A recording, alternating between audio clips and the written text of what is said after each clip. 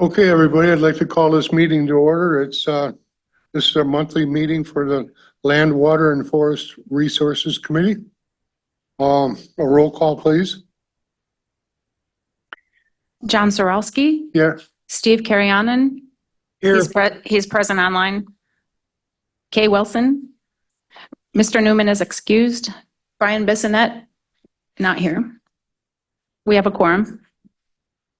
Okay, please stand for the Pledge of Allegiance.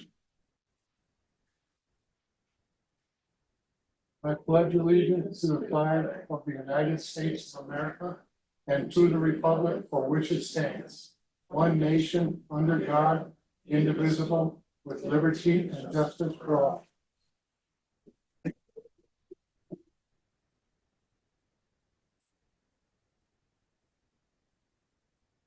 Okay, certification of compliance with the open meetings law. Let the record show that this meeting was noticed to the news media as required by section 19.84 of the Wisconsin statutes. And number 5, the meeting agenda has been set. Number 6, I'm going to hand off to Andy.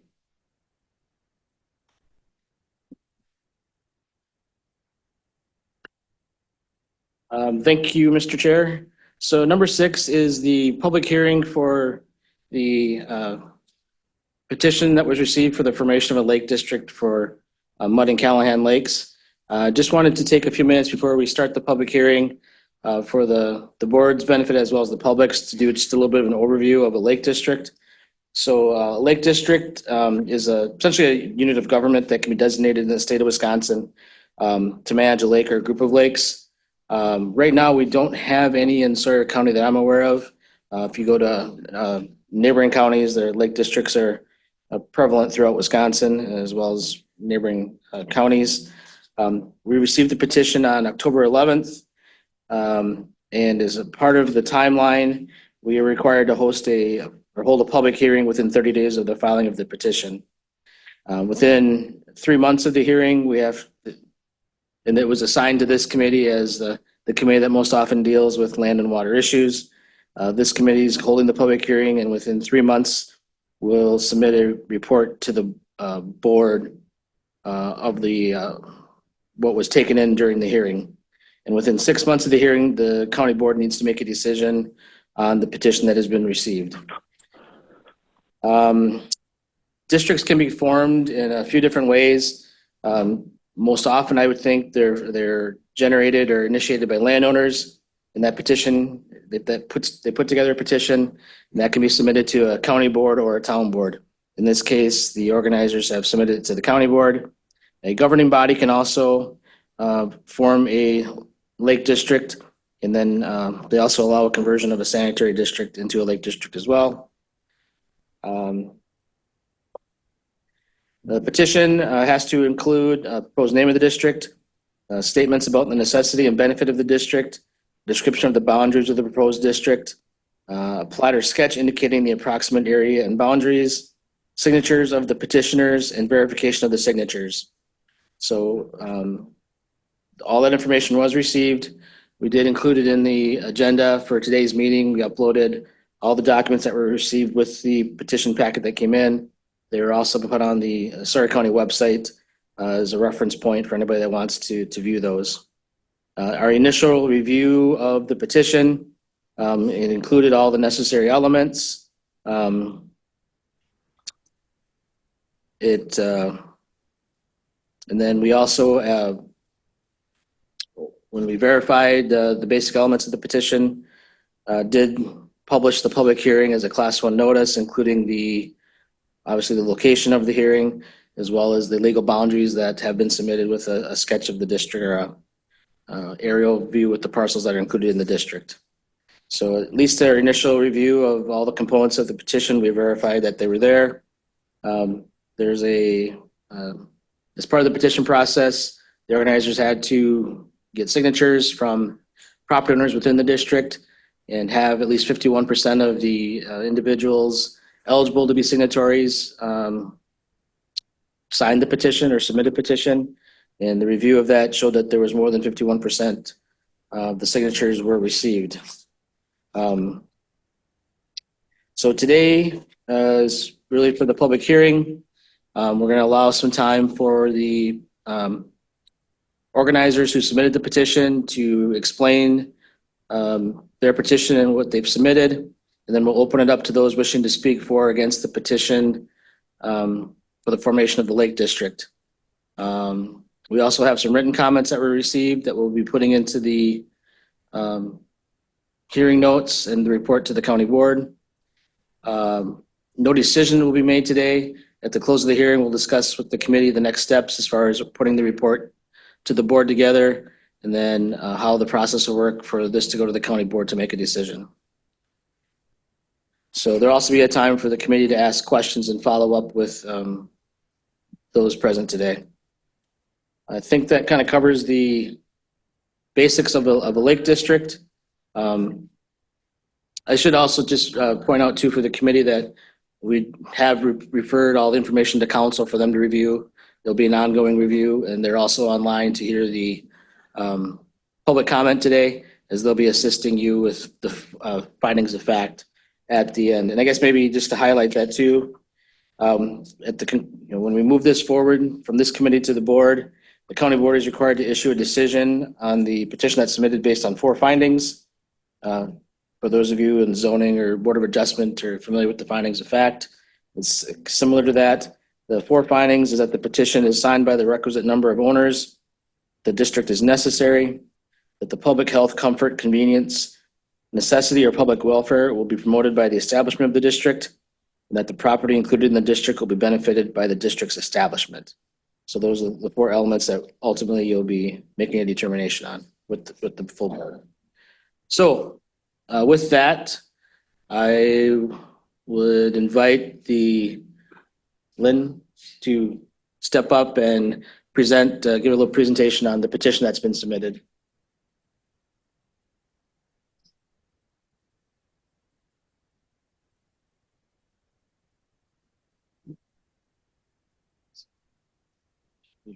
Yes, you do speak. We need you to state your name and address so we can record it into the hearing notes.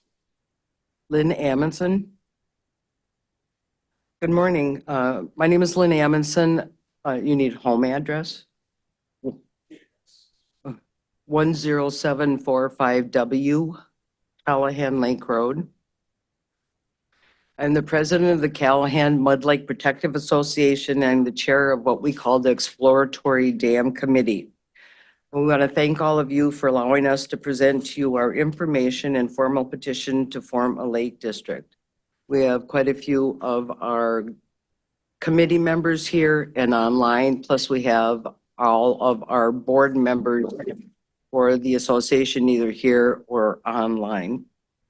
We've submitted to you beforehand, as you mentioned, a lot of information.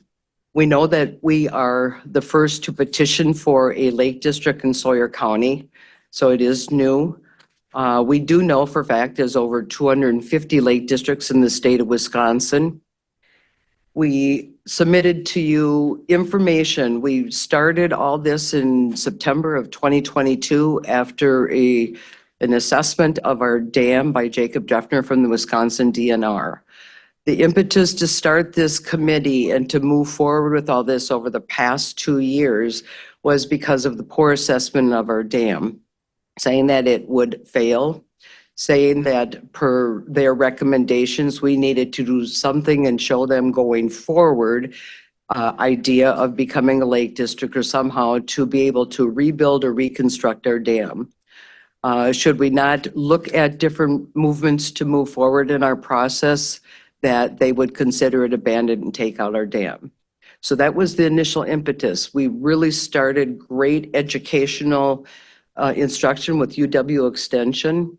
Eric Olson was very instrumental in teaching us all about Chapter 4 and Chapter 5, which I gave you copies of, which follows directly to Wisconsin Statute 33, which the lake districts will follow. Along with that, we did submit to just a very small fraction of the information, the education, campaign material, marketing material, frequently asked questions, all of those types of things that we put out so that we could educate the Lake Association members, all of the riparian owners, all of those who own land around the lake. And we developed a website. So if they didn't attend any of our meetings, if they didn't attend any of our Zoom calls that we had throughout the year, that the whole public has access to our website at callahanandmudlake.org, where all of those PowerPoints and other educational material was placed. Throughout the past 2+ years, our development through our education, learning, UW Extension, we continue with lots of conversations with the Wisconsin DNR. We have updated the town of Round Lake and what our plan was and let them know what we are doing because we know how strong of a partnership we have with Sawyer County and the town of Round Lake. Going forward and as we go through this process. Through all of that, then we followed exactly what we needed to do per Chapter 4. We looked at the different educational we put out, as I've already mentioned. We developed a boundary map. We then also developed the petition with a cover letter to the eligible signers. Eligible signers were determined based on the rule of, it went from the tax roll from last December 2023. We know there are different rules about who's eligible to sign and who wasn't. We prepared that petition and cover letter to those signers, sent that out in July, and waited over the couple of months until the time that we were ready to file our petition and on those. So so over those 2 years, following all the provisions and everything, once we got all of those petition eligible signers back, we counted that. Rule of thumb under the statute says you have to meet 51%. We were at 62.1%, 136 eligible signers sent their petition back to us out of the 219 that were eligible. We know that becoming a lake district has a lot of different avenues for us. It does become a governmental body. It is represented if you become a lake district by a board, the board that's made up of someone from Sawyer County, someone from the town of Round Lake, excuse me, and 3 to 5 owners that live within that boundary district who would form that committee. We know that we've had a very long process. We feel very strongly that this is the best way to go for anything going forward. I just wanted to emphasize becoming a lake district is not only for us about building and rebuilding a dam to save our lakes. It also encompasses a lot more with trying to be able to have access to more state of Wisconsin DNR grants, low-cost loans, because we need to continue to treat our lake for Eurasian milfoil. We every year apply for a surface water grant through the Wisconsin DNR. We know that throughout the state of Wisconsin, hundreds of lake associations and lake districts apply for those grants. And we know, as in so many different things these days, the money is limited. So we continue to do that. We've had some grants in the past from them to treat the lake. We've had grants that have been turned down because there's so many else applying for it. So we do believe that, number one, we've got to maintain our healthy ecosystem. We have to continue to manage our Eurasian milfoil and other native species that are bad, for the aquatic species that are bad. There are native species in wild rice and all on Mud Lake that we know we will not touch. We've worked with a lot of community members on those grants. We've gotten wonderful letters of support, Town of Round Lake, Sawyer County Conservation, outside businesses who are around our area in support of that. So becoming a lake district again really allows us that more of an avenue to be able to look for those grants or look for financing to continue to be a healthy lake and make sure that we maintain our lakes. I'm going to ask Holly Robbins, one of the committee members, to come up and do some more of the presentation. And thank you again for your time and allowing us to present to you. My name is Holly Robbins. My address is 11090 South Shore Road. I'm going to quickly go through some of these things because I think Lynn has covered it and the board has covered some of it, but quickly, Mud Lake and Callahan Lake are two adjoining lakes. The picture that you see up in the upper right is what would it look like before a dam was built. Should the dam come out, that is what it would look like again. Be two big marshes with some water in the middle and a river connecting them. And below is a diagram, excuse me, a diagram of the lakes we know and love today with the dam. Some of these things have been covered, like I said, so I'll go through it very quickly. The drivers for forming the Lake District were to better position us to address the challenges that we face now and in the future, to better maintain the health and quality of the lakes, to preserve and protect the surroundings, the fishery, the boating safety, all of those kinds of things. And of course, to address the dam. Oops, sorry, one more. The dam has been mentioned that we got a notice from the DNR that it is not up to engineering standards for today. It's of unknown origins. We don't know exactly how it was built. There's weird things like tires sticking out of it. It's not built to the right geometry that they would build a dam today, and so it's also not being maintained by anyone, and it is not insured by anyone. So under those kind of conditions, if no one steps up to manage this dam, then the DNR really has no choice but to declare it abandoned and take it out. This is a quick example of a quick engineering survey that we had done by a dam engineer so that we could just better understand what we were dealing with. So there's culverts that go through the road, there's a spillway, and there's a bunch of debris that's in front of the dam.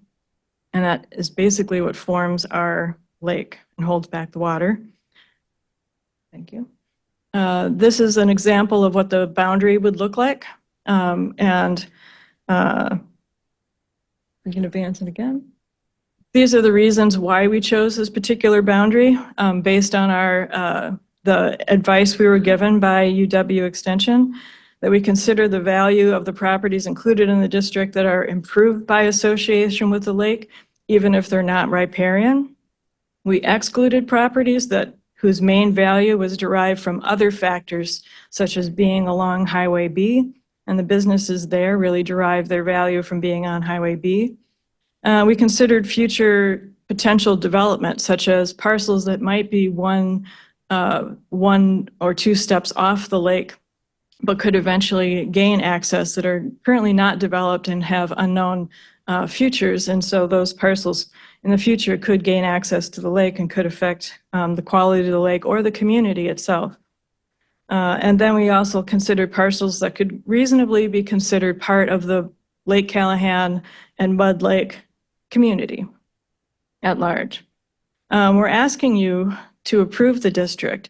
And you had mentioned the 4 criteria, so we wanted to run through from our perspective how we thought we met those criteria. So obviously the first one being signed by the requisite number of owners, which of course we did meet, that the district is necessary. And again, as Lynn mentioned, the challenges of facing the district by just collecting random association dues and asking for donations doesn't really allow for long-term planning or projects. The removal of the dam, of course, has necessitated action. And then, I'm sorry, could you advance one more? 2 more. And that the potential, and that state funds and grants and donations, as Lynn mentioned, can't be counted on from year to year, and so leave our lakes without being able to meet current demands, much less future demands. And then the third one was about the public health, comfort, and convenience. Our Lake Association, as mentioned, has been treating milfoil, has put up dam safety signage, has done things at the boat ramps, about milfoil, maintained a website for information, and served as a point of contact for the DNR. And there's certainly more public service that could be done with more resources and support. And then lastly, that the properties will be benefited. Should the dam catastrophically fail and the road catastrophically fail, there are many people who will not be able to reach their property. The milfoil has been reduced in both lakes over the years, thanks to the association, which has improved navigability for all users, including people who visit, because we have 2 resorts and a public boat ramp, so that the quality of the lakes benefits the public at large, as well as all the local businesses that depend on that lake. And those who don't own riparian property have access to the lakes because of the public boat ramp and the resorts. And the quality of the lakes relates to all of our property values on and off the lake and the overall tax base. And if the dam is removed, there will, of course, cease to be 2 large lakes. So again, these are the 4 criteria. I can quickly run through this. I'm not sure if anyone needs us to do this because you already went through some of the issues with what a lake district is. We weren't sure how familiar you were. Just let me know if you want me to run through this quickly or not. I think we've gone through that. Okay. So then lastly, just thank you.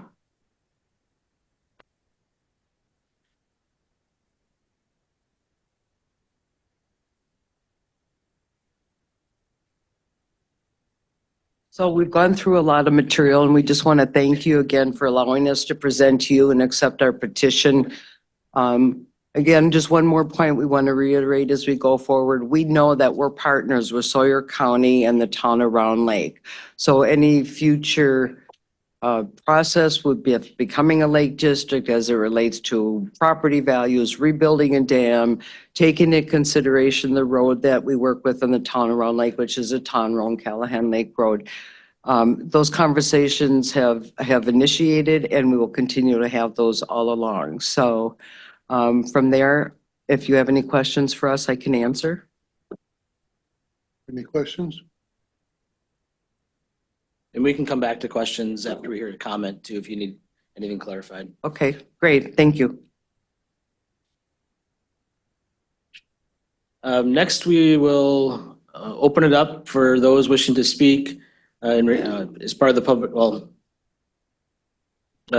speak as part of the public hearing in support or against the petition or general comments. Generally, we ask the public to limit their comments to 3 minutes. But it's at the chair's discretion if he wants to extend. We know there might be longer comments given the nature of the topic today. So we'll start. If you haven't, please do fill out a form so we can accurately record it. Ms. Isel, do you want to go first? Sure. Thank you. Thank you very much for your attention today. My name is Rhonda Isold. I live at 11007 West Chief River Road. I live on the river, which is part of the proposed district for the Lake District. I have spent numerous hours studying the petitions, the state statutes, the Chapter 4 that you heard about, as well as all the property involved in this. In addition, we've owned our property since 1997, and we probably have spent close to $100,000 in property taxes. My first point is that this board, meaning you folks, should not give any private organization the ability to raise my taxes. Giving the Lake Association the authority to have a district will allow them to raise my taxes over 30%. Please understand that the Lake Association, 72% of their members have legal addresses outside of Sawyer County. Second, my research of the properties show that there are 216 properties included within the proposed Lake District. My analysis shows that 104 of these properties have a signed petition attached to it, which means they support the formation of a Lake District. Some of these property owners do have multiple properties. What that means in the numbers is only 48.1% of the property have signed petitions attached to them. That's not a majority of the properties that that support a Lake District. My next point is there are 2 valid reasons to drop this petition for lack of requirements. The first portion is that all the petitions sent to the potential signers had a section on the front page that said legal description. If you look at this, it says legal written description of the boundaries to be included in the packet of the county. They did not include that in the information sent to the individual signers. That is a requirement under Wisconsin state statutes. Therefore, that's one reason why the petition should be dismissed. The second reason the petition should be dismissed. First of all, these are copies of all the petitions. If you look at all these petitions, not one of them is notarized. There's a section right here that was, first of all, this petition was made by the Lake District.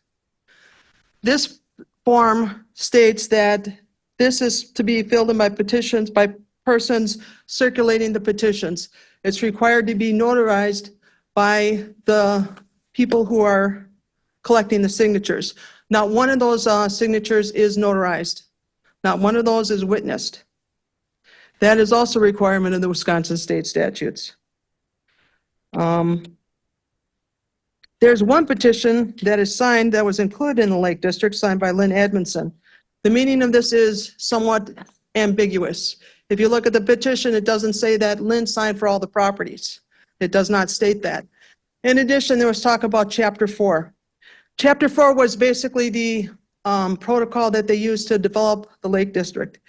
Chapter 4 states on page 45 of Chapter 4 that each petition needs to be certified in front of a notary by the person verifying the petition. That's clearly written instead in Chapter 4, and the Lake Association did not meet that requirement. There's also problems in the way the petition was collected, as well as deficiencies in the petitions that were collected. Multiple people collected the petitions, and if you look at Chapter 4, those people are supposed to notarize the petitions. First of all, there's an email by the secretary of the Lake Association asking that they email petitions to her. Her name does not appear on any notarization petition. Can you step it up, please? We're running out of time. Okay.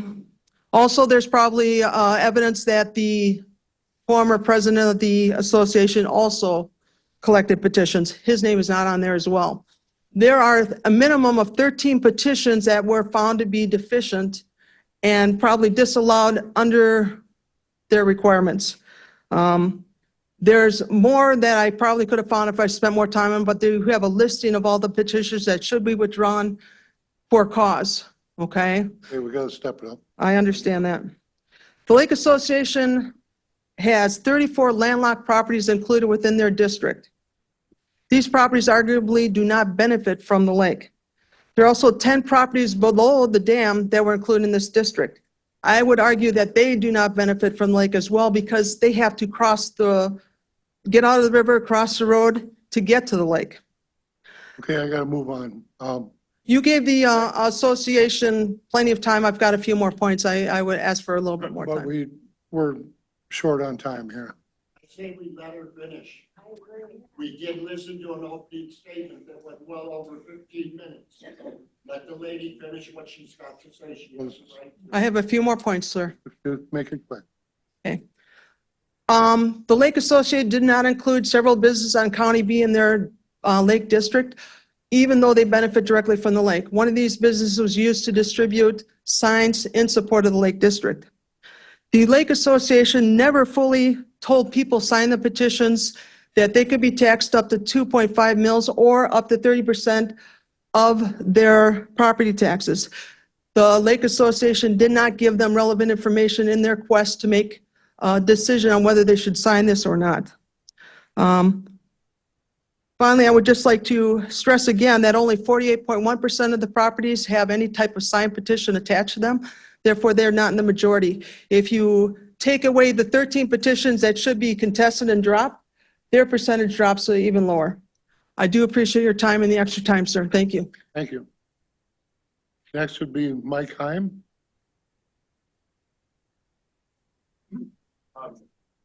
My comments are for the, Please step up to state your name and address.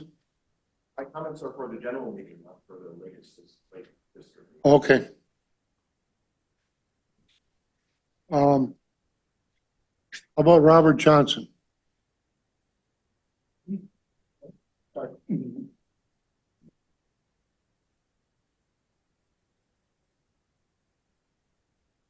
Hey, good morning, and thank you.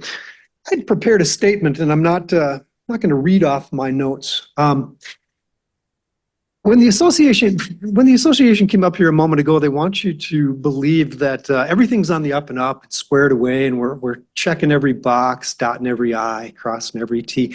That is not the case at all. You can't go along with anything like this. And let me just cite a few reasons. I don't mean to pile on Mrs. Isold's list of reasons not to advance this Lake District thing.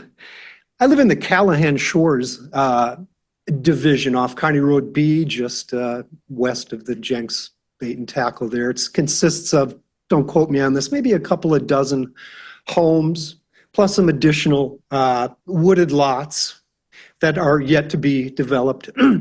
One point I would point out, I want to bring to your attention, in Callahan Shores, the 24 or maybe 30 of us have our own deeded lake access. We have our own boat ramp. Right? We're the only ones that can use it. When they drew their boundaries, they went right to my neighbor's house. They spoke with these people.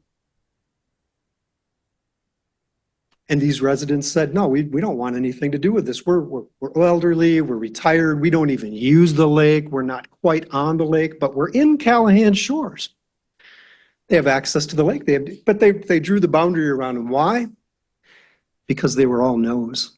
Let's move down the road just a bit. In forming lake districts, and by the way, there are over a couple of hundred in Wisconsin, and when you drill down into these townships and these cities and these that have them, look at the discourse going on in this, go research that, how that's going for those towns. So let's move down the road. When forming a lake district, if you were to actually take this seriously, and I can't believe you would privatize taxation, that's stuff that they do in foreign countries. You can look at, let's look at Jenks, Robin's Nest, and the Callahan Corner Store. Is that the right name? Hillman's Callahan, named after the lake. I attended a meeting, I think it was at second meeting out of 3 that they held. Miss Amundsen was there, Mr. Toll, president who had to step down recently. And somebody in the crowd asked Miss Amundsen about, hey, what about those businesses on B? She says, well, when we talked to them, they felt that, these are not her exact words, but basically they felt that their existence, their business comes from primarily the flowage, not being on County Road B.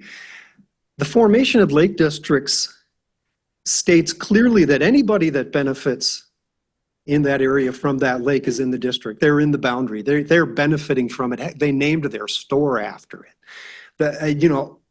The people within this boundary as it stands today certainly use those stores, go to Jenks, go to Robin's Nest. What they failed to do also is go up the road, talk to Can of Worms, talk to Ray J's. Every single real estate agent in this county should be part of that district. Yes, come and sell my house. Make $15,000 in commission. Are they not are they not into the district making money off it? So when you look at these boundaries, what you're going to find out, and if you forward this, we'll get into great detail with it, the full board.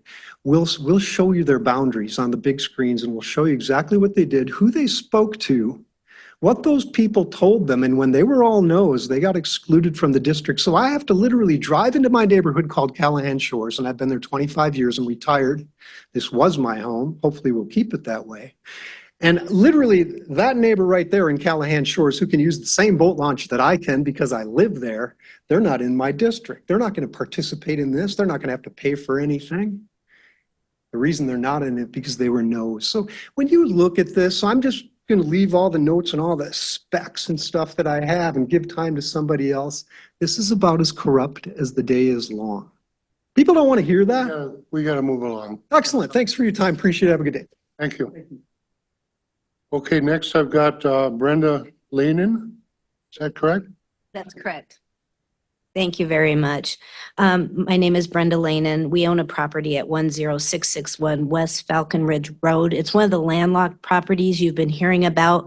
We do not have any lake access. It wasn't until we got this map that we learned we were proposed to be included in this district.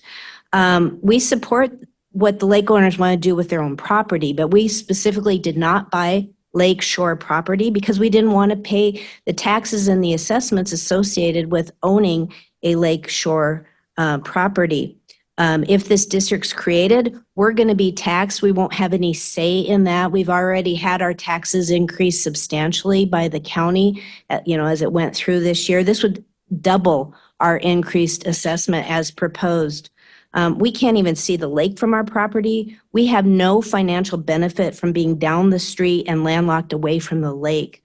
We're on wetlands. Our wetlands don't even feed into the lake. The committee has made it clear that future assessments, as they told you here today, will be assessed by a committee that we'll really have no part of. This isn't only going to be for the dam, it's going to be for milfoil.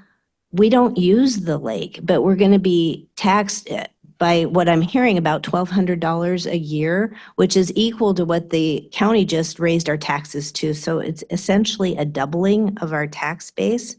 The lake owners, in contrast, see the lake. They enjoy the view. They have paved roads that are maintained. We are on a dirt road that we have to pay to maintain ourselves. We can't get into our property unless we pay somebody to maintain our access. That's not what these other people have. They have county-maintained paved roads.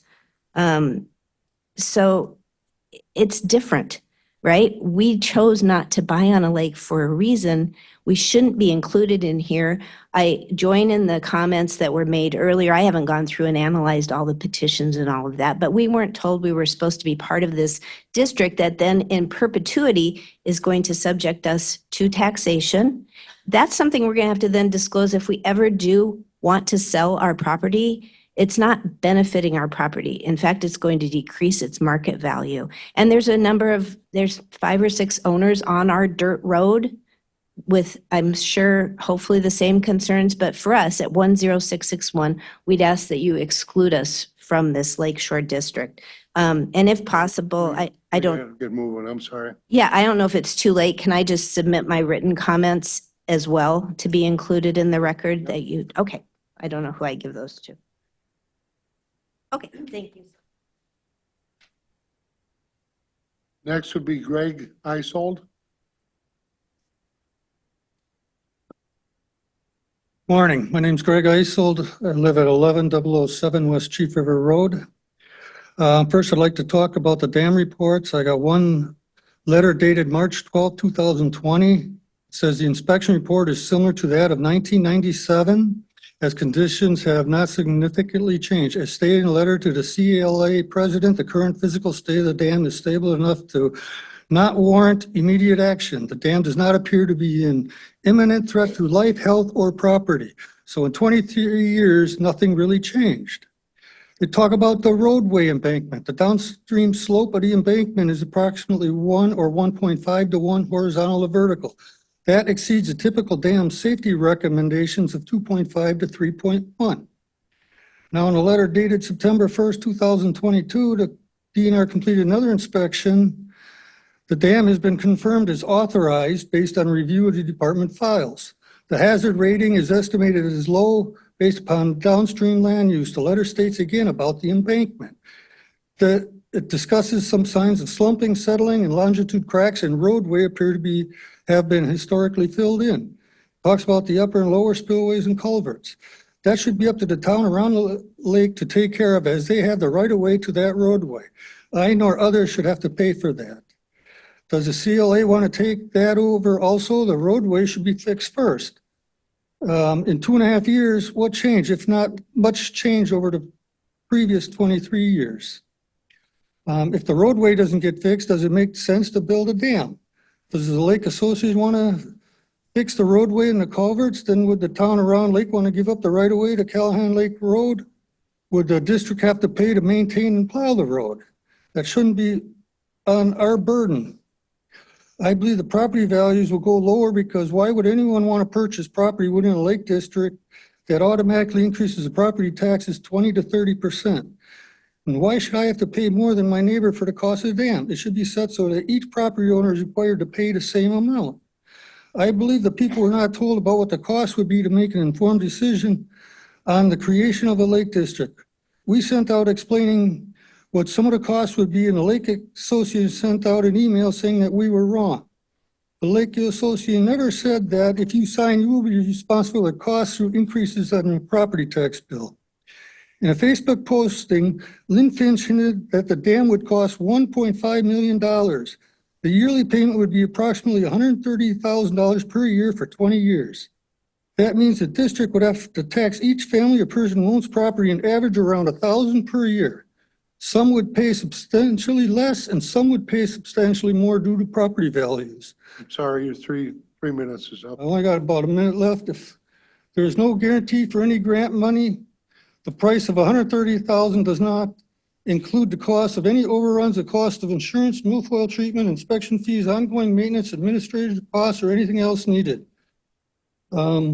I'd also like to talk about the milfoil treatments. I do not believe in putting poisonous chemicals in the lake. I believe that since the Lake District has been doing this, the muskie population is just about gone. It's a small lake. They pour a lot of chemicals in there. At one of the resorts, they used to have 2 charts filled up with muskies. This year, there were only just a couple of muskies on 1 chart. The ecosystem of the lake has changed. We have different weed growths within the lake. I do not want to have to pay for poisonous chemicals being released into the lake. Why should I have to pay for something I don't believe in? My final closing thoughts, I have lost friends because of the view of the district. I'm not allowed in one of the establishments since the association tried for a Lake District the first time. The Lake Association had a president using intimidating taxes and bragging that he got a restraining order against himself. The association wants to keep poisoning water. I feel they have done more harm than good.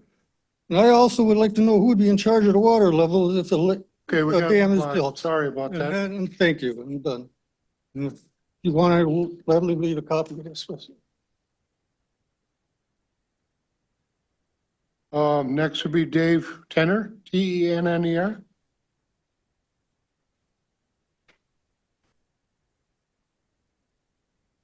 Hi, Dave Tenner. I live at 10872 W Callahan Lake Road. We built our home in 2011. I retired from Honeywell Aerospace in 2020. My wife retired from Trane Technologies in 2022. My wife and I now live up here full-time and we love it here. I am in favor of the creation of the Lake District. I feel the Lake District is necessary in part to deal with a dam, but in addition, because of the limited participation of the community in the existing lake association. We lack membership, we lack volunteers. The dues are only $50 annually. It seems the same people are doing all the work, funding activities, and pushing to find solutions to problems with our lakes. The same small group of people work to apply for grants, attend meetings, learn about the vegetation on our lake, and now work to create a solution for the dam. I find it hard to believe we actually have declining memberships and don't understand why more people do not do whatever they can to help. Instead, often people not involved in any of the solutions are the first to complain. The Lake District is necessary to keep our lake healthy and to ensure its future and public welfare and viability of our lakes. In my opinion, and based on guidelines provided by State Statute Chapter 33 and UW Extension experts, I believe the boundaries as defined in the petition are correct, justified, and fair. A lake district is more than the lake, and that's clearly the way the state intended them to be. What is the value of a lake? What benefits from a lake? There are many obvious benefits. If we stop and think about the proposed lake district in a different way, maybe we can better see the benefits and the values. Let's think about the impact if the lakes are no longer here.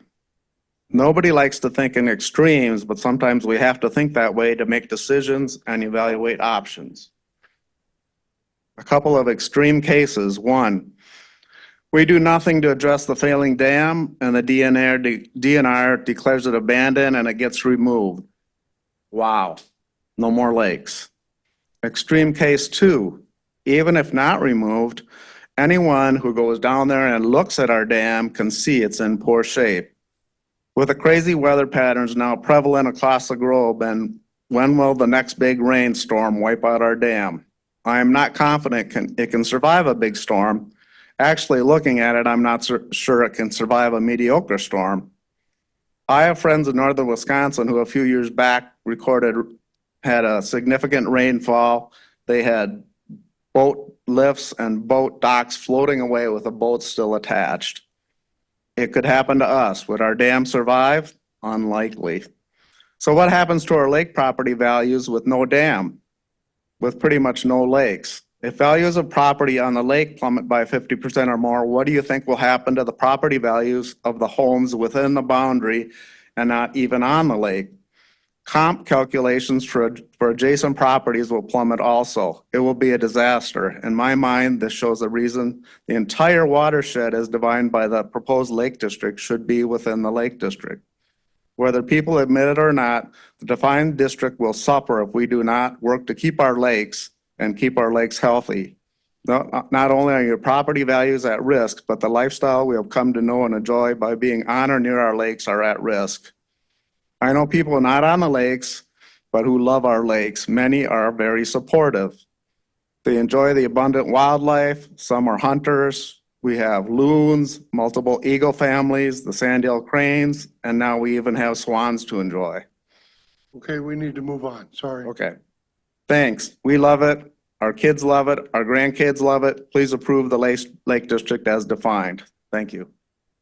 Next would be Ronald Prognis.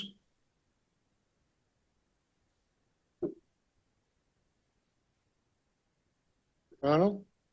Do I have to speak at the moment? No. I could add something, maybe do that. I don't understand why my piece of property was way off bound to the lake, being very likely to be taxed. Could you go to the pedestal, please?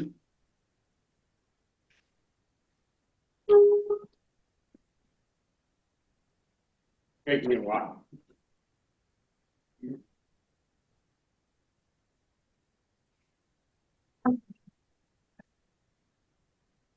Okay, sorry about that. I don't quite understand why my piece of land would be chosen for being part of that district. And that's my main objection. Excuse me. I have written letters, but I realize now that the district is not in force yet, as far as I know, right? Okay, that would be my commentary, the extra, but all it would be. So I don't think that land belongs on that list or on that map. So I represent FVE Incorporated, by the way, I better say that. My name is Ronald Frognes, 2304 9.5 Street, Cumberland, Wisconsin. Okay, good. Okay, all right. Thank you very much, sir. Thank you.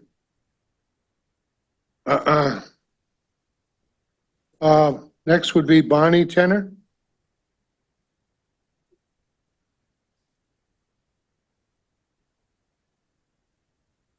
And please try to keep it condensed so we can move along. Hi, I'm Bonnie Tenner. I live on 10872W Callahan Lake Road. We built our home in 2011 on Mud Lake, and we live up here now full-time after both my husband and I retired. And we started coming up to Callahan Mud Lake in 1987. We would come and stay at Callahan Lake Resort, stay in a cabin, stay in tents for a couple weeks every year since 1987.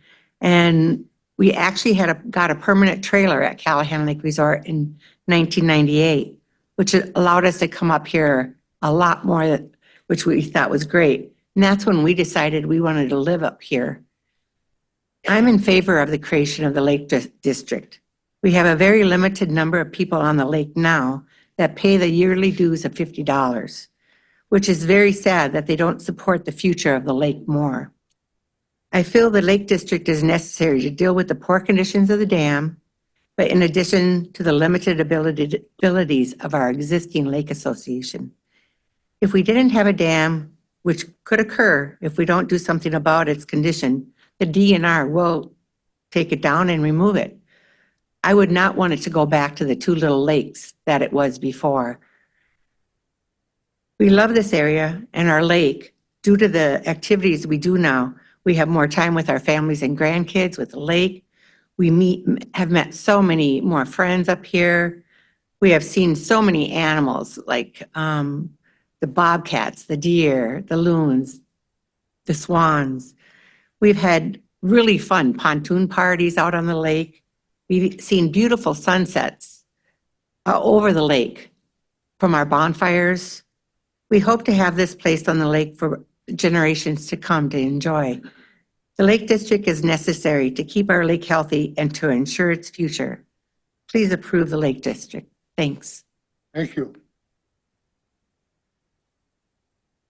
Next, I got a Ray Schnepp. Please come and state your name and address.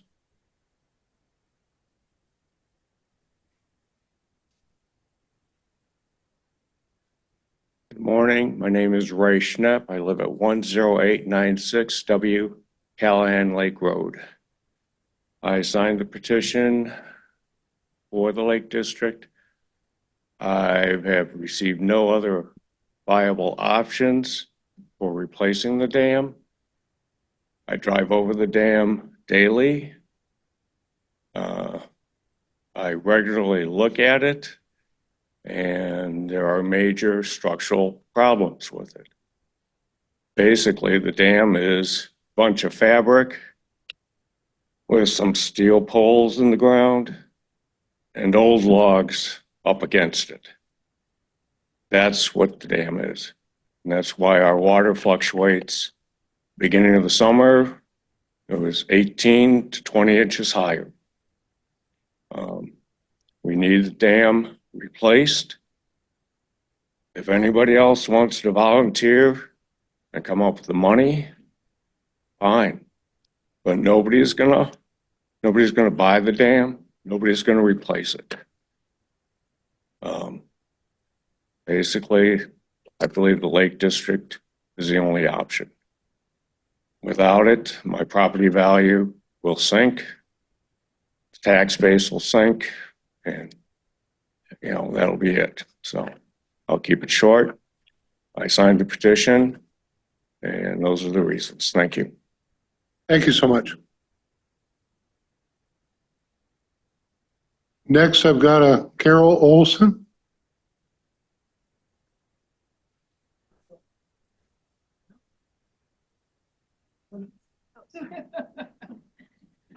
Good morning. My name is Carol Olson, and my address at the lake is 9782 N Raven Lane. I'm up here just to say I support the forming of a lake district, and I ask that you do too. As you can tell, we live in a country that's very democratic. People can voice their opinions, which is really awesome. I hope that you hear all the comments, can read all the information, and see the value of the Lake District. I've been extremely impressed with the work that the small group has done in terms of working tirelessly, working with the UW Extension Office, working with the DNR, other entities to really understand our best avenue to go to take care of this dam. Their communication has been great. I've been attending the meetings. I live full-time in Minnesota. My husband and I are recently retired. We bought property on this lake about 2 years ago. Our intention is to move here full-time. Someone commented on taxes. If you live here permanently, trust me, you pay a lot of taxes, even if you don't live here permanently. So the taxes that I'm giving to Sawyer County support the county, and I believe act on behalf of this county. Let's see. I think that becoming a lake district opens up opportunities for this grant, as we've talked about, in order to repair this dam, but also grants for treatment of invasive aquatic species, which I think is critically important for all lakes, including our 2 lakes.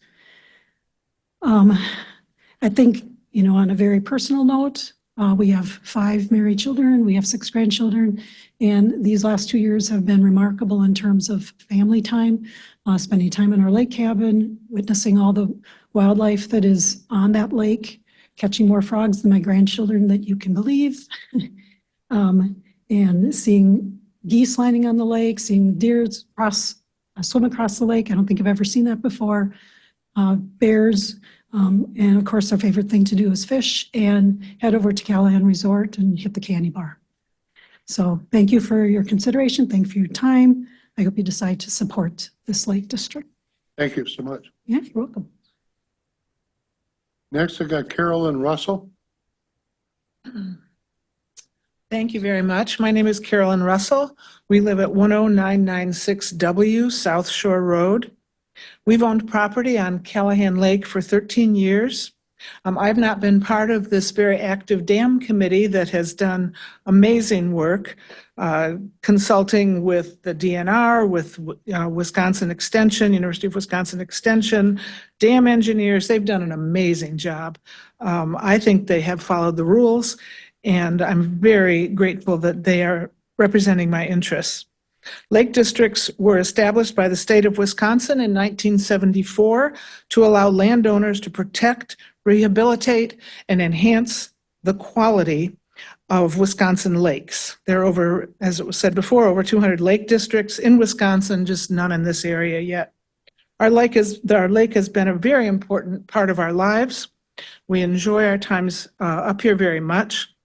The reason I think that formation of a lake district is important is that lakes don't always take care of themselves.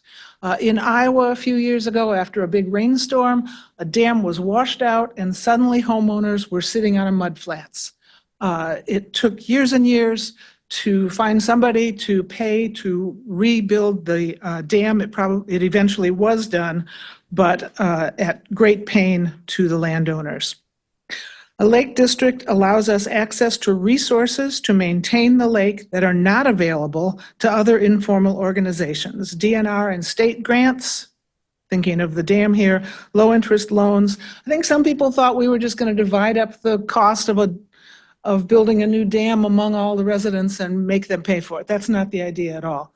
There are resources that only a lake district gives us access to, so individual homeowners will not be just paying 136th or 219th of an expensive dam.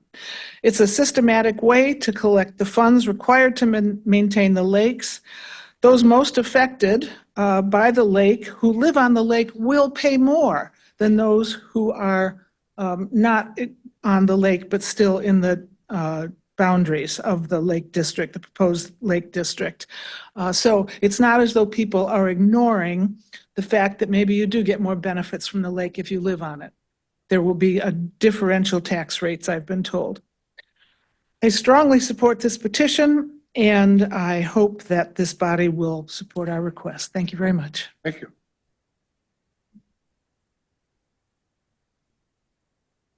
Next, John Mose.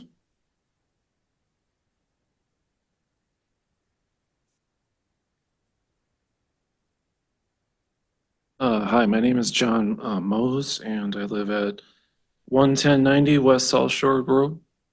I actually am a property owner on Callahan. I own lakefront property. We bought that land 14 years ago, and we are currently building a house on the land, mostly of our own labor. And when we purchased that land, we had no idea until a couple of years ago that the dam was possibly faulty and that the dam could be removed and that therefore we could lose the lake. So we have a lot invested in this house, in our future, in the time with family that we haven't even spent yet on a lake. And so I just want to say that I support the Lake District because I think it's the fair and responsible way to protect the lake and also to protect our property values. So. Thank you. Next, we have Martin Hanson.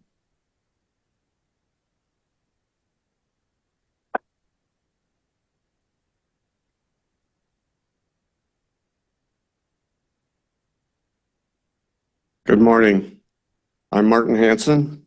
In disclosure, I'd like to state that I am a member of the Town of Round Lake Planning Commission. I'm a board member on the Round Lake Property Owners Association, and I'm also president of the Sawyer County Lakes Forum, and I am a licensed professional engineer. I'm here this morning representing myself, not any of those aforementioned organizations. I do not live within the proposed boundary, but I am in favor of the petitioner. I think this is an excellent example of local control in that the petitioners have identified a critical infrastructure problem and proposed a reasonable solution. Those that pay in to the district will benefit from those expenditures. The members of this district would be involved in setting the budget and the mill rate, much unlike elected representatives that set budgets at the county and state and federal levels. The Lake District is eligible for state and public grants or lake grants. It is not uncharted waters in that there are 256 established lake districts within the state of Wisconsin currently.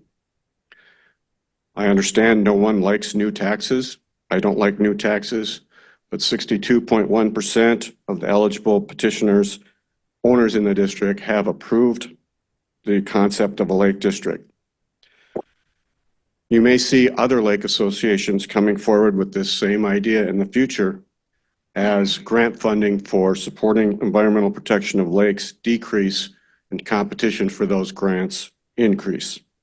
I believe Sawyer County should approve the Lake District. Thank you for your time. Thank you. Jake Steinberg? Good morning. My name is Jake Steinberg. I live at 11154 W Plover Lane. Martin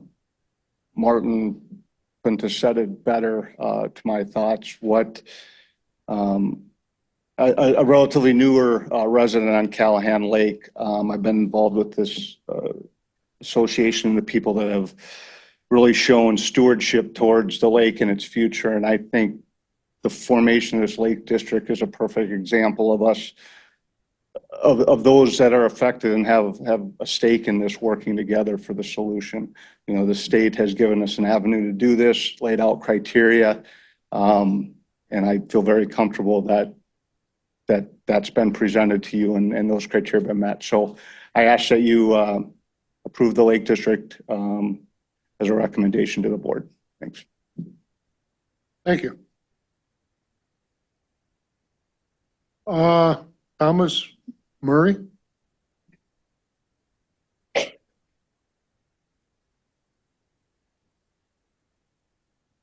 Hi, Thomas Murray, 10671 Falcon Ridge Road.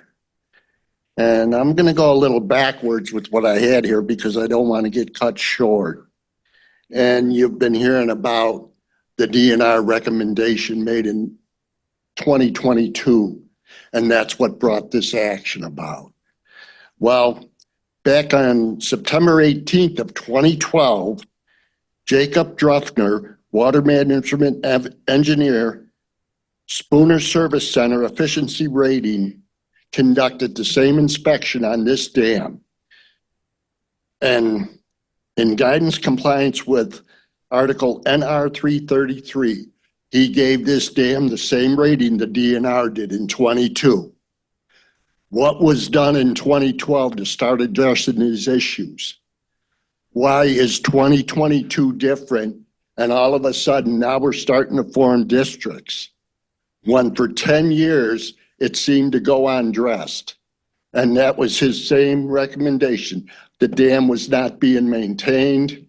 It was not being taken care of. And I think that's too long of a gap of a period that all of a sudden now we want to start forming a district. And I'm just going to use your little district map, Dave, for a final few points. It says what we did to develop this district, what formula we used. It said properties directly adjacent to the lake, also known as riparian parcels. Well, the term adjacent is referred to by Wisconsin state law, properties that abut your property immediately. So my property is landlocked. It is not adjacent to the lake. And then it talks about a riparian parcel. A riparian parcel is a body of water that allows me to navigate from my end of my property into said lake. I cannot do that. Riparian properties, stream and river, has to hold minimum 3 foot of water in low level midsummer range. We have no access for such. Property which could arguably derive value being near the lake and some other assets such as Highway B. I contacted the county assessor's office and said, how much value does being near Callahan Lake and property and County B add to my property? He said, absolutely nothing. Where'd you hear that? I said, from the Lake District they're trying to form. He goes, no, your property value is based on the structures on your property and your land lot, not anything to do. Everybody up here is near a lake. So that don't mean we have to join a lake district just because we're near a lake. Properties can be considered part of a lake community. That's more or less an assumption when it says that could be considered. Well, that means they could not be considered too for the same reason. Properties that could develop in the future. My property can no longer develop. My house is there, my garage is there. The rest of my property is wooded land, part of near the Schwamagon Forest. There's no more development. And then what I was gonna start with, but I wanted to make sure I got that in before I got shut down. I have nothing against property owners on Callahan Mud Lake forming your lake district. I would like that you would extend the same courtesy of not being included in your proposed boundaries. Reason being, I simply don't fall within the parameters. And the parameters are what I just quoted off why you included me in it. And with that, I'll close. Thank you. Thank you.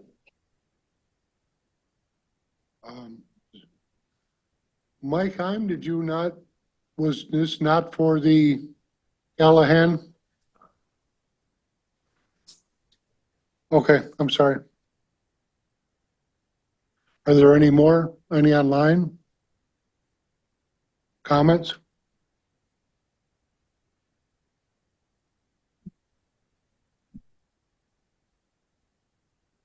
Yes, this is Pat Stango. I'd like to make a quick comment if I could. Your address, please. My address is 11270W Quail Lane.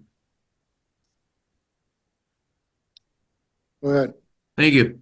So I did submit a written position statement with the members of the committee. I just wanted, and I'll be brief, I just want to urge a committee to support to the board recommendation for the Lake District. It is the only viable mechanism to solve the current problems. It's going to allow us to save, protect, and manage that watershed. I think there's a lot of misinformation out there about what we're trying to achieve here. These assertions about my taxes are going to go up this much. There's no factual basis for that. We don't know. Will people's taxes go up?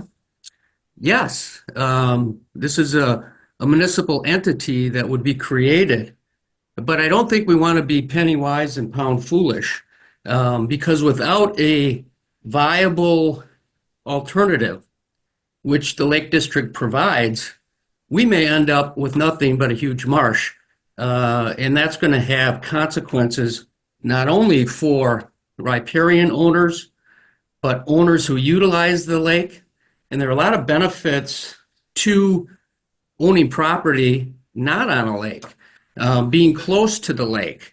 And that'll be gone.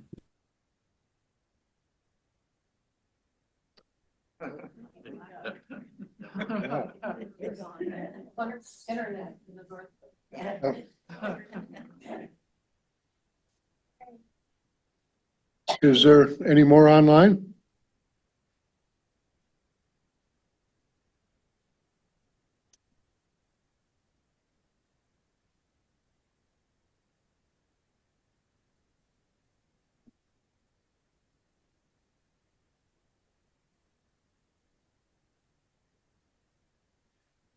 I guess we got her then. Yeah, Mr. Chair, there were I have three emails that were submitted to the clerk in regards to the petition.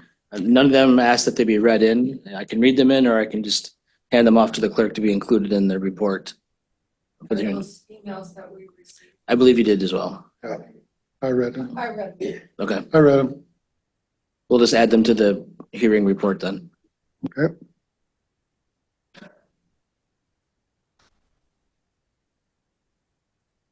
There's no other comment. Okay.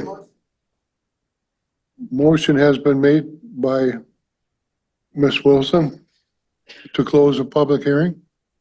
I would second that. All in favor, say aye. Aye. Aye. Motion carried. Next steps, couple things I want to point out is the next step is to prepare a report of the hearing and present it to the county board. My recommendation is allow the clerk to prepare the report, bring it to next month's meeting. You can add or amend it and then present it to the board in December. And then also at the next month's meeting, you can start talking about a recommendation to the board on the petition itself. You can go through the findings of fact, prepare a recommendation that can be presented to the board. The board can take it up and make their own findings of fact. We have staff and legal counsel that will assist you in putting that together, but it really should be based off the report of today's hearing along with the petition documents that have been submitted. I think that we should have a meeting separate from our regular meeting to go through this, or? That's up to you if you want. I mean, if you want to do it sooner, so it's a little more So it'll be fresher. pressure. Sure, I'm not, I mean, that's up to you. I don't think that's a bad idea. I think we should have a special meeting for that purpose. Absolutely. Yeah. Be important. I make a motion to that effect. Yeah, why don't we make a motion and then, your mic. To your left. I make a motion that we have a special meeting to discuss the Lake District for the Callahan Mud. Do I have a second for that motion? I would second that motion. Motion has been made by Ms. Wilson and I seconded to have a special meeting. When would you like to do that? Let's look at our calendar later. We will. Okay. All in favor, say aye. Aye. Aye. Motion carried. Just a suggestion, since all these people are here and they probably want to know when that meeting is. Oh, How long did the clerk to prepare the report? Is there a statutory limit like there was with the petitions, the 30 days? No, we have to. We've got 3 months, right? I mean, Yeah, we have, we'd have the hearing within 30 days, the report is within 3 months of today. And then the decision within 6 months, you've got another one of these meetings in December. You want to do it between now in December. Between now and. a few days. We can do it. Okay, Whatever so you. you can do it a week from now if you want. okay. Well, I don't have my Without a calendar. calendar, it's hard to. We can wait too. If you're not able to make a Yeah, decision on a, Let's figure it out and we can notify Lynn and she can notify the people in the area. sure. We'll need time for public notice if we're going to put it in if it's this public again. I don't know how No, you it want just doesn't need to be published. It'll be posted on the website though, Right. as the agenda will be. Okay. So we'll just take care of that then, basically leave it as that. Yeah, we will set a date as soon as we can and put it on the set an agenda and put it on the website and try to get the word out. If you want to inquire, just reach out to the clerk's office. Okay, all in favor on that motion? Say aye. Aye. Aye. Motion carried. Thank you.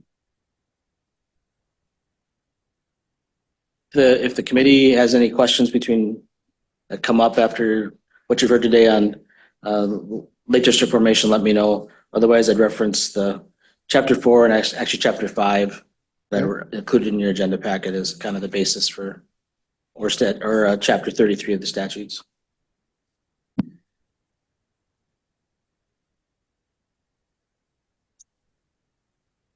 All right, then we would move on.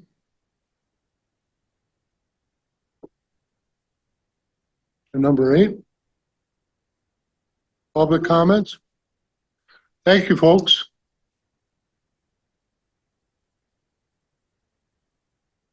Is this where I would get Mr. Hyman here? Yes. Okay.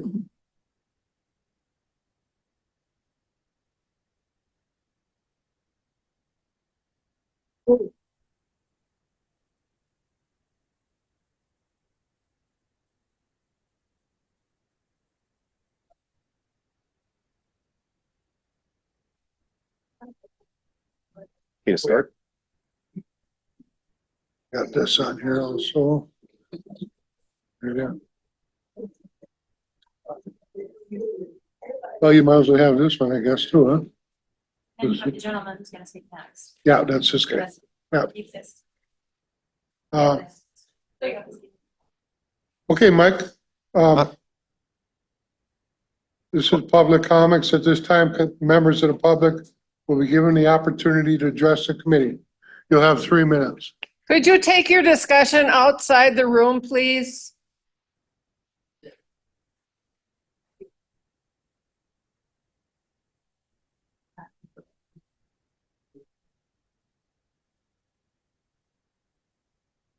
Good morning. My name is Mike Heim, 9151 North County Road E. I'm on the Spring Lake Association board, but I'm not representing them. I'm just representing myself. And 2 years ago, I drove the Blue Ridge Parkway in North Carolina, and I noticed how many people were enjoying the beautiful curvy woodland road with the open vistas of the mountain scenery. And it was an exceptional drive. And then I drove back home and I didn't see anything similar to that until I got onto County Highway E, North County Highway E, and also Williams Road. And it reminded me very, very much of where I had just been. We have a real treasure here on top of the Kettle Moraine. We have 2 Kettle Moraines in Wisconsin, one's down in the southeast, and then ours here in the northwestern part of the state. And it is a true gem. And there's a lot of people who enjoy driving on that road on County E, motorcyclists, motorists, ATVers, bicyclists, lots of different people. It's a true gem.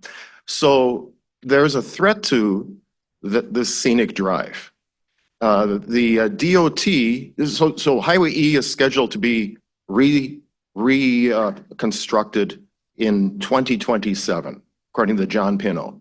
And the previous highway commissioner, Gary Godart, had received a federal grant, a DOT grant, which paid for most of that. The problem is that the federal grants have strings attached, which local people may not appreciate. And in this case, one of the major obstacles to preserving our scenery is the requirement that guardrails be installed along the whole lake shore.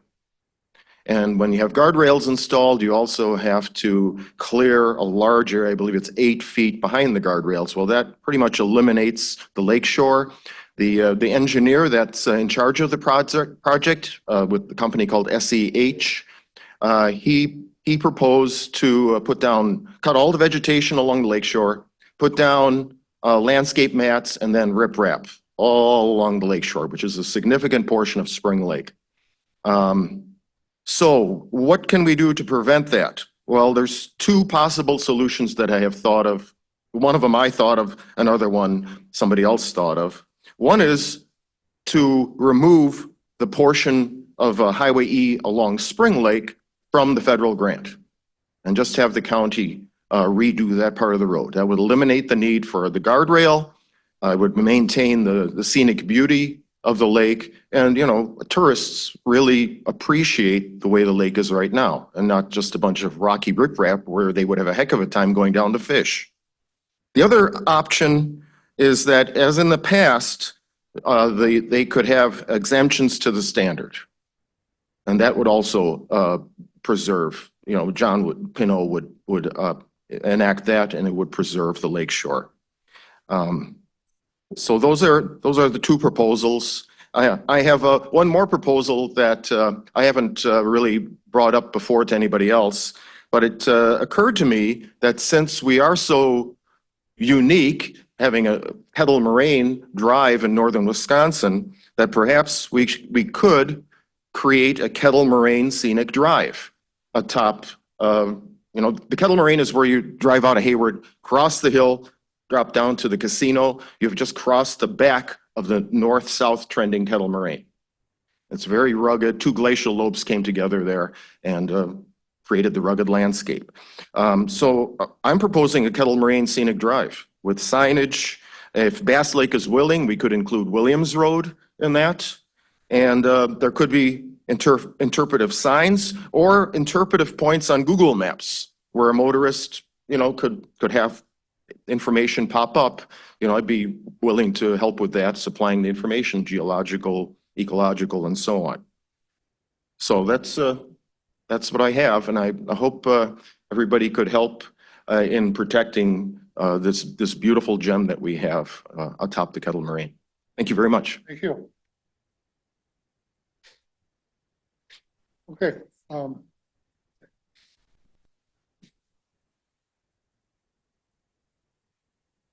Number 9, consider approval of the meeting minutes from the previous meeting from October 9th. I make a motion to approve the minutes from October 9th. Okay, I've got a motion by Ms. Wilson to approve the meeting minutes. Do I have a second?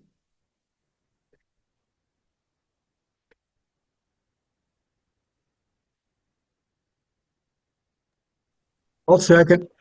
Okay. Thank you, Steve. Second by Mr. Carrion. All in favor, say aye. Aye. Aye. Motion approved. Number 10 is a Register of Deeds monthly report. We've got it in our packet here. Transfer fees are way up there. If anybody has any questions or anything needed on this.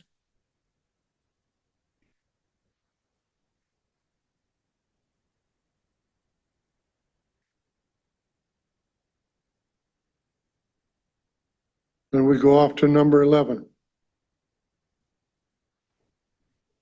Discussion and possible action on a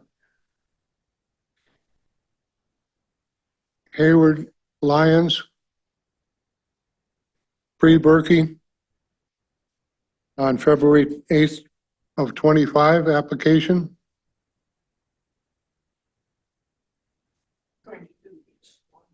What's that? We don't have to do them separately, do we? And do you think we should do them separately? I would say you only have to do them separately if you want to debate one of them or discuss one of them. Otherwise, if you have any questions, Greg probably can answer them, but these are all repeat events from prior years. I'll make a motion to approve the Hayward Lines pre-Berkey on February 8th, 2025. Okay, motion has been made by Ms. Wilson. I'll Do I hear second. a second by Mr. Carrion. All in favor, say aye. Aye. Aye. Motion is approved. Could we do each one of these separate? Sealy Hills Classic? Well, the rest are all Berkey. Together. Do them all in one. Shotgun them all. Number 11 then would be, I'd be looking for a motion to approve all of these events. I make a motion to approve the Sealy Hills Classic 11125, the Sealy Big Fat 11825, the Berkey Tour 12525, Berkey Week Ski Events 219 to 222, Fat Bike Berkey 3825, and the Epic Bike Festival in June of 2025. Okay, motion has second. been made. Motion was made by Ms. Wilson and seconded by Mr. Carrion. All in favor, say aye. Aye. Motion is carried. Number 12 would be the Land Records and County Surveyor Department report.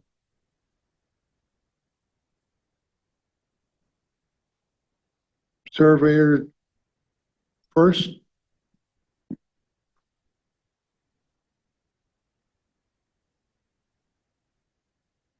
All right, so these are the written reports by my coworkers, Chris Gregory and Kimberly Peterson.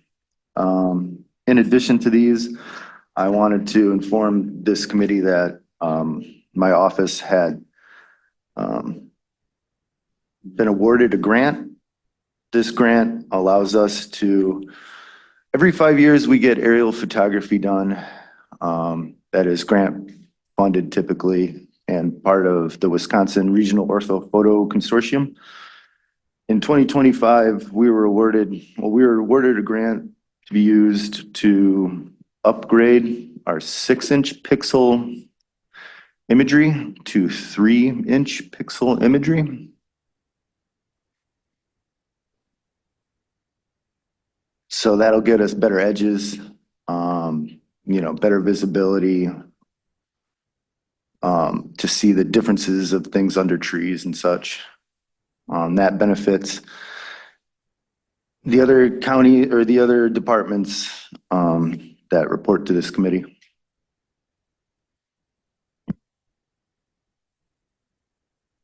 Thank you. Next is the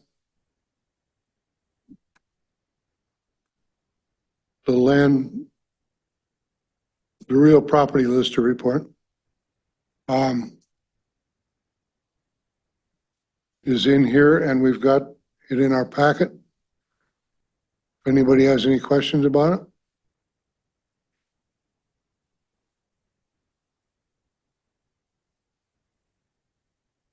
Next, we go to number 13. 13A is the recreational trails report with a motorized report.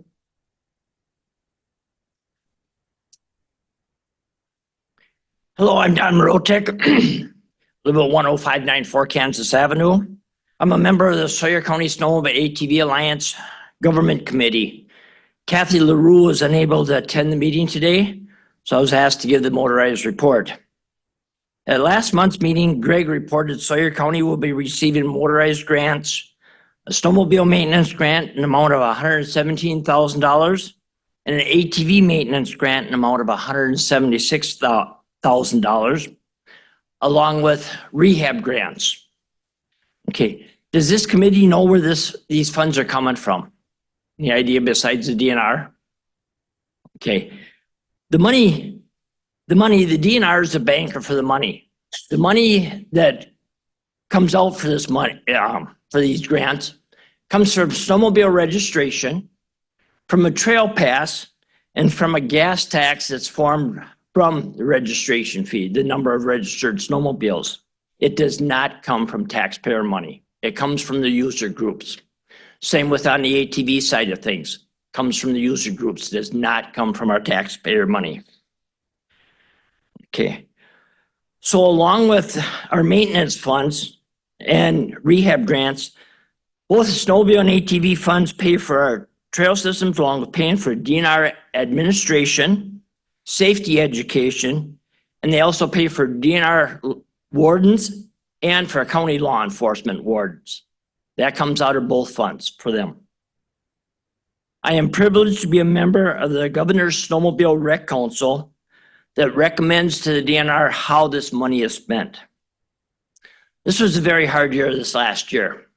Lack of snow, a lot of people didn't register their snowmobiles, didn't buy trail passes. So the funding system was down considerably this year. Along with that, that created over a $2 million shortfall in the funds coming in because of that. And along with that, there was a larger amount of grants requested, especially bridge grants. Okay. Out of the bridge grants we looked at, we were only able to fund 1 out of 3 bridge rehabs. So we have some serious considerations to look at next year. Some of these are bridges that were falling down, had to be replaced, definitely could not hold groomers up anymore or snowmobiles, so they were replaced. Shortfall on money there. I also attended the Off-Road Vehicle Council meeting the next day.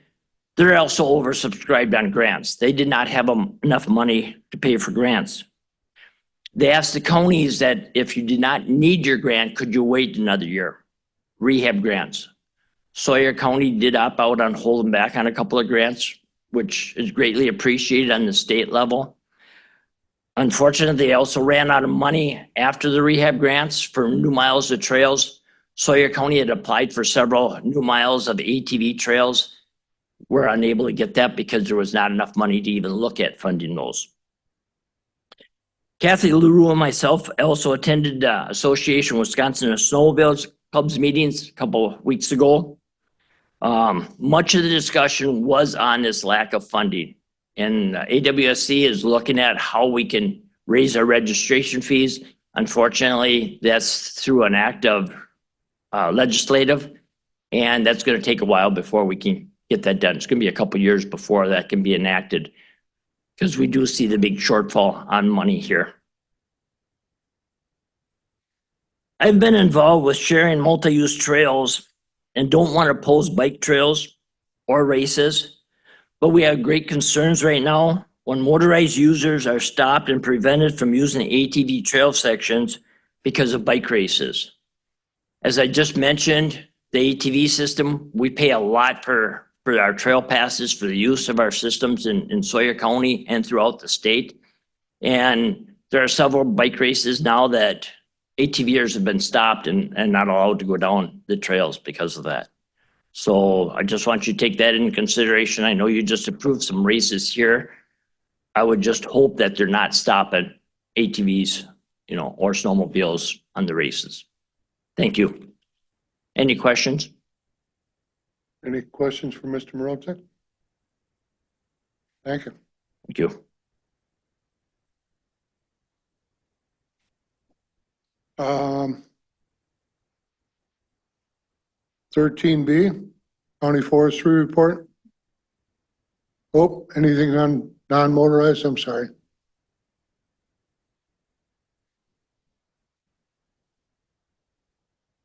So we go to 13B, County Forestry Report.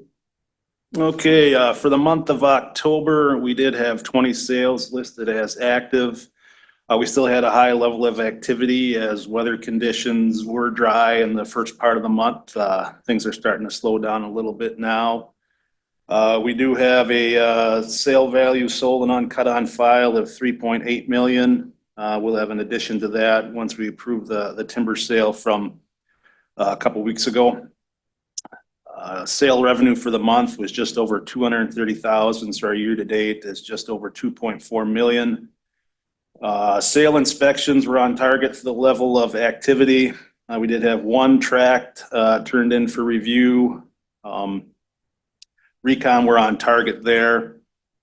We're also working on our Good Neighbor Authority contract with the DNR on the federal forest. We had 22 hours put in on that, so we're We're chipping away at our for year 25 contract.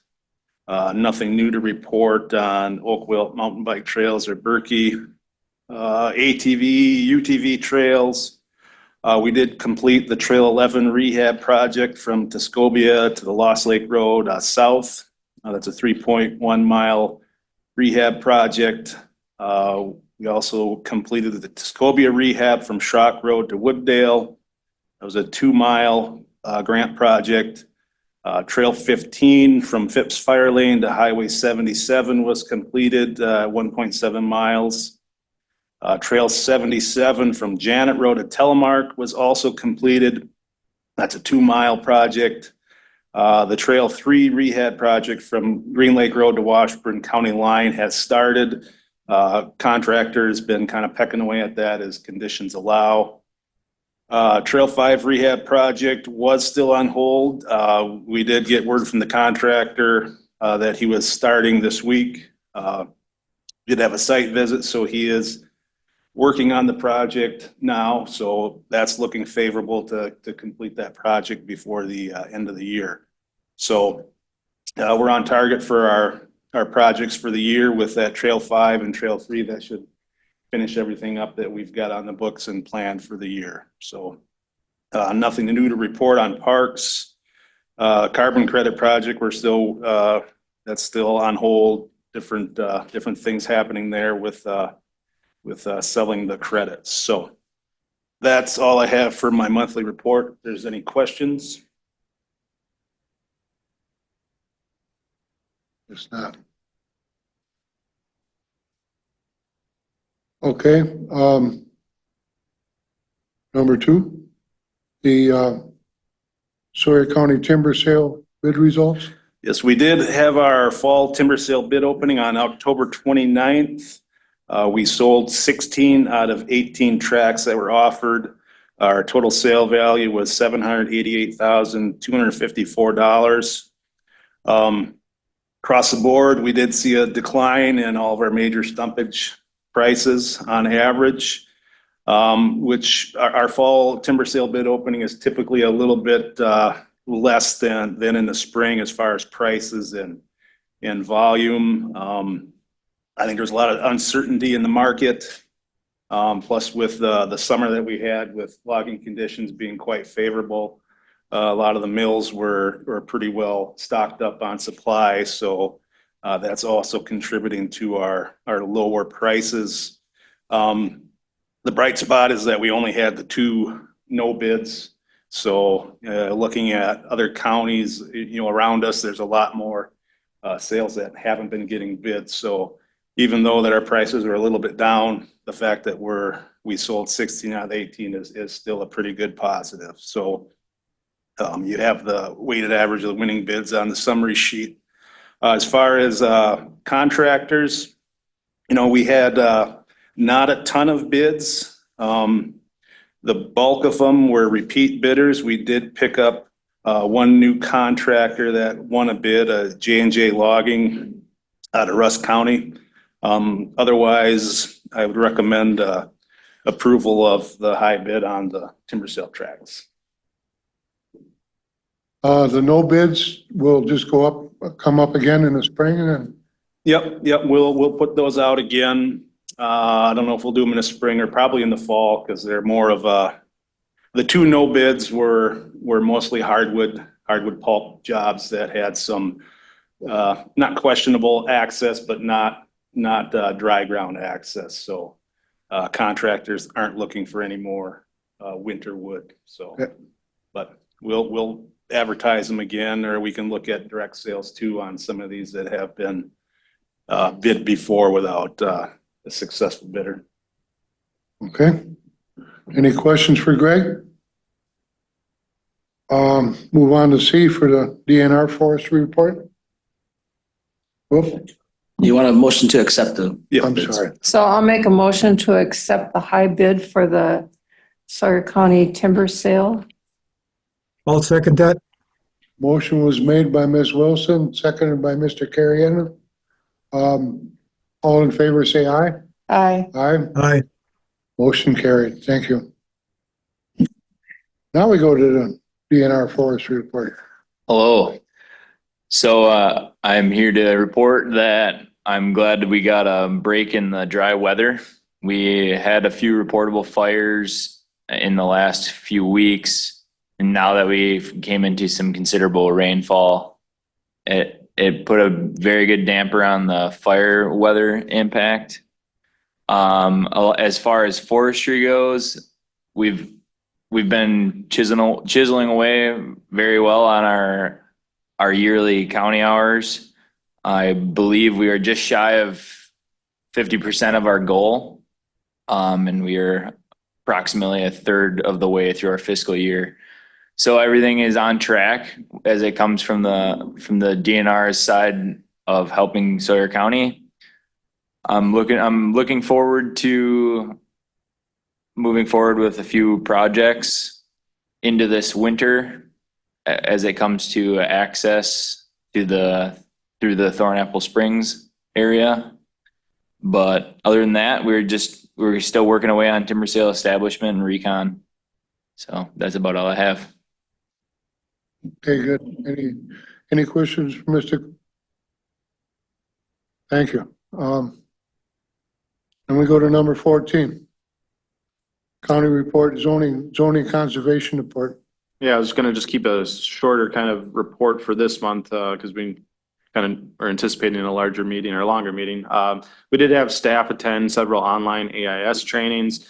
The DNR planning grant, which was proposed last month at this committee for the acceptance for me to sign off on the grants, was submitted yesterday to the DNR. So we're anticipating, securing that grant funding, and that again is going out to write different management plans for a couple of our lakes that are struggling with some, larger AIS breakouts. Tree sale will hopefully be available online here within the next week, so people can go online and start ordering trees for their spring tree sale. Did meet with County Administrator and Finance Director yesterday about a Birch Lake Dam update, just briefly touching on that. Sawyer County owns 50% of the Birch Lake Dam. Birch Lake Dam controls the water levels on Birch Lake as well as Lake Chetek. We got a report from Washburn County that there are some repairs needed on that dam. Kind of sprung on us late into the budget cycle, but we're working with county administrator as well as county finance to facilitate those funds for that dam. Doesn't look like it's going to be an astronomical amount at this point, but something that you may hear through finance committee and or county board as a budget amendment for the 2025 budget. So just a FYI on that. So that is my county report aspect. Then we do have a discussion action item, which I can go into if there's no other questions. Any questions? Go ahead, Jay. So letter B here is the Wisconsin Land Water Conservation Board elections. So not only are you part of the Land Water Forest Resource Committee for Sawyer County, you actually serve as the Land Conservation Committee for the state of Wisconsin. The Land Conservation Committee for the state of Wisconsin has the ability to elect the Land and Water Conservation Board for the state of Wisconsin. Now, if you are not familiar with those candidates or do not want to cast your own ballots, there are provisions that allow you to designate a representative that would cast a ballot for you. So that is what we have on here for discussion action. So the committee would either need to cast a ballot for 3 of the 5 candidates, which I have the link included as part of the agenda for the biography of those individual candidates, or you can designate Tim Seidel, the Assistant County Conservation Administrator, that would represent you as to casting a vote for those candidates.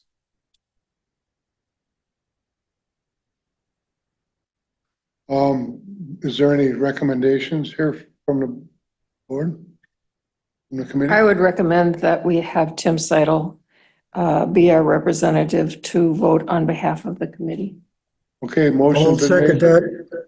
Motion was made by Ms. Wilson and seconded Mr. Carrion to suggest to have Tim Seidel be the representative. All in favor, say aye. Aye. Aye.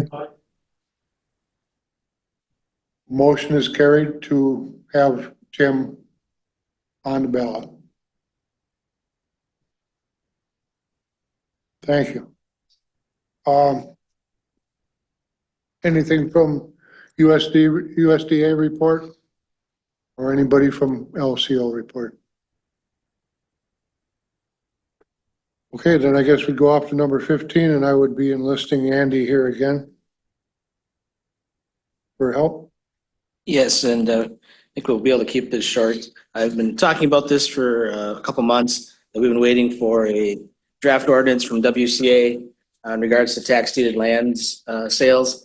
There's been changes in state statutes the last two sessions, or last 2 years, regarding the timeline of selling them, giving preference to prior property owners, and having to notify prior owners of returning any funds that might be in excess of the back taxes and the cost for the county to administer a sale. So we did receive the draft ordinance that's attached along with the resolution.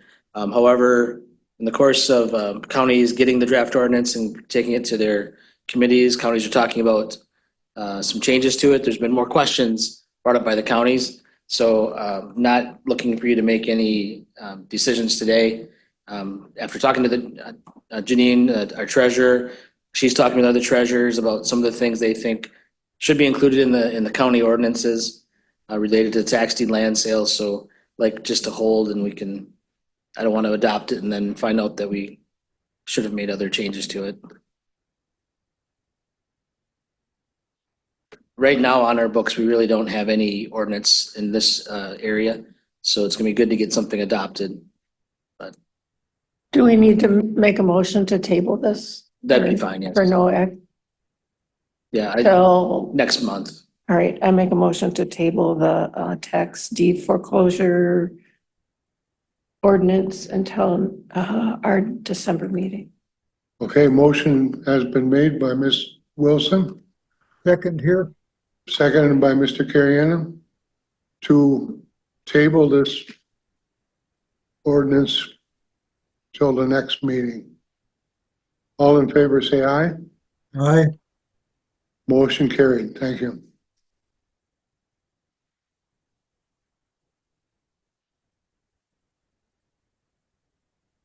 So now we go to number 16. Anything from any board appointed committee updates?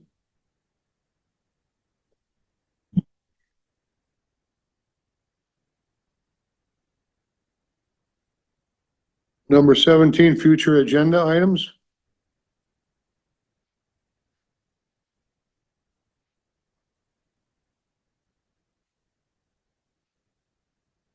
Number 18, I guess we've got anything from any correspondence, reports from conferences or meetings? Mr. Chair, I don't have any of those, but I'm just going to use this as a opportunity for two announcements, just to make you aware with some of the departments on our agenda. So as you probably know, we are losing all three of our constitutional officers, the clerk, treasurer, and register of deeds, and that's impacted our deputy positions. So just so you're aware, we are interviewing for new deputy clerk with Liz and Lynn. And then our deputy register of deeds did resign last month. So we did hire a replacement. Jessica Retner is our new deputy register of deeds. She was appointed by Paula, but I believe Rachel, it's the incoming register of deeds, will be appointing her as well when her term starts. And then we are recruiting to fill Rachel's position as the real property lister. So there is a movement happening. And then just to revisit the Lake District, I'll let the committee kind of determine when your calendars are free for meeting. Let me know. And then if you have any questions, I should have pointed out, this petition does involve a number of staff departments here. So if you have any questions, like Brian, our land information officer, had the dubious task of reviewing that lengthy legal description and making sure it was accurate, and he's with that. Tim and Jay have been working with the Lake Association historically on dam and invasive species. So they have some background there. The clerk's office was responsible to receive the petition and verify the signatures. And that's going to play in as to how the packet was received and what you heard. So we'll have legal counsel weigh in on that when you meet next time as well, so.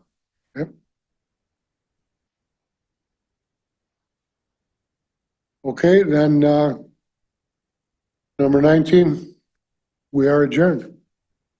Thank you so much.